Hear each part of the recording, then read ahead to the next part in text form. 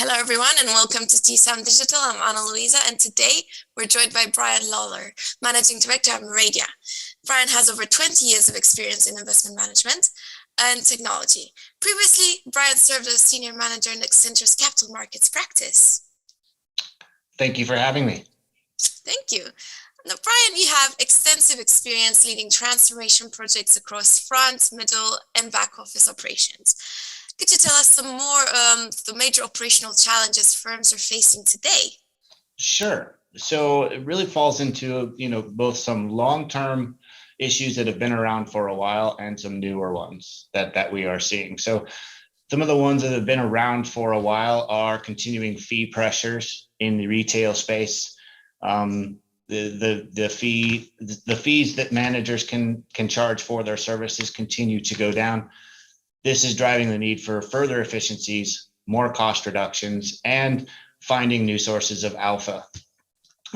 For asset owners, such as insurance asset managers, these extended periods of very low yields is driving many firms into things like increasing complexity of investments, such as alternatives into the real estate market and such, so that they can achieve better returns and better yields. On the newer issue side, mergers and acquisitions. 2020 was a record year for the number of mergers in the asset management sector. And in 2021, we've also seen a pretty significant pace of the mergers and acquisitions.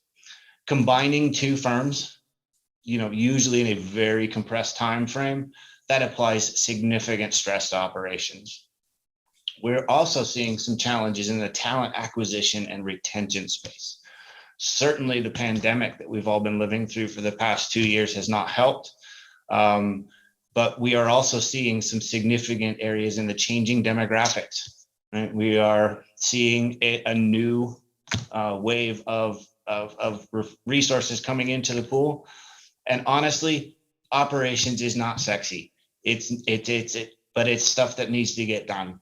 And old technology does not really appeal to many of the newer entrants coming into the job market. And then as the pandemic has taught us, we have to be able to remote work or have some hybrid work. All of these things, they're exacerbated by legacy technology and manual or inefficient processes. Absolutely. And typically, firms looking to solve operational issues will implement new technology or outsource the service provider. And these processes are complicated. What would you say are some of the key considerations that firms tend to miss? So it really falls into four major areas that I see firms tending to overlook. Number one is they are viewing things as a technology problem.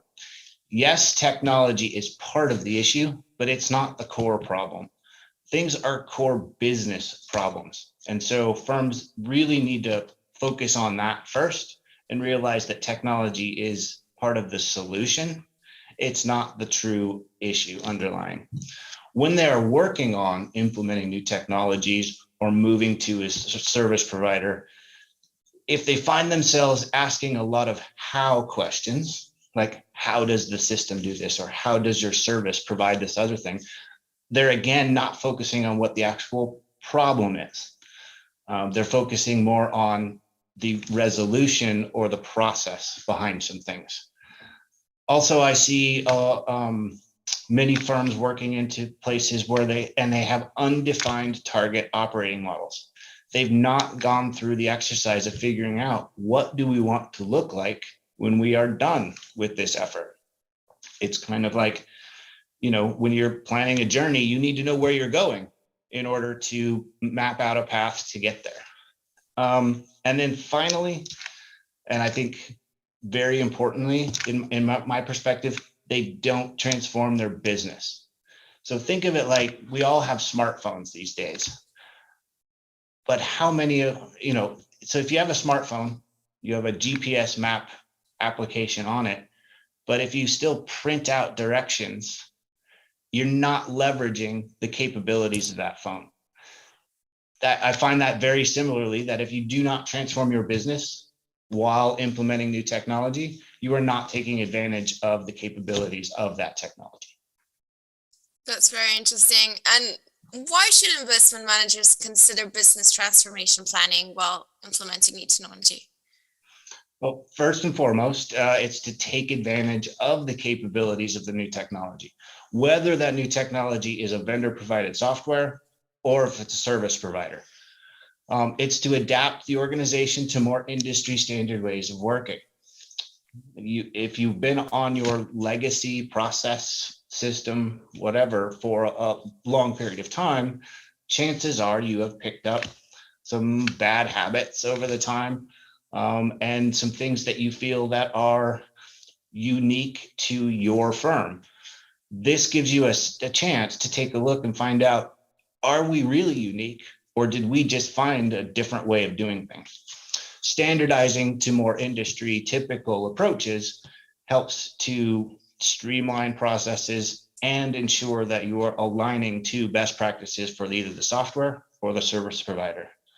Lastly, it ensures that your organization is looking forward. So you shouldn't be just looking at how do I solve today's problems, but how do I try to anticipate some of the problems in the future? How do I build a more flexible organization, a more adaptable organization, so that I can respond better for the problems that will occur in the future? Brilliant. Thank you so much, Brian, for being with us today. Thank you. It was a pleasure being here.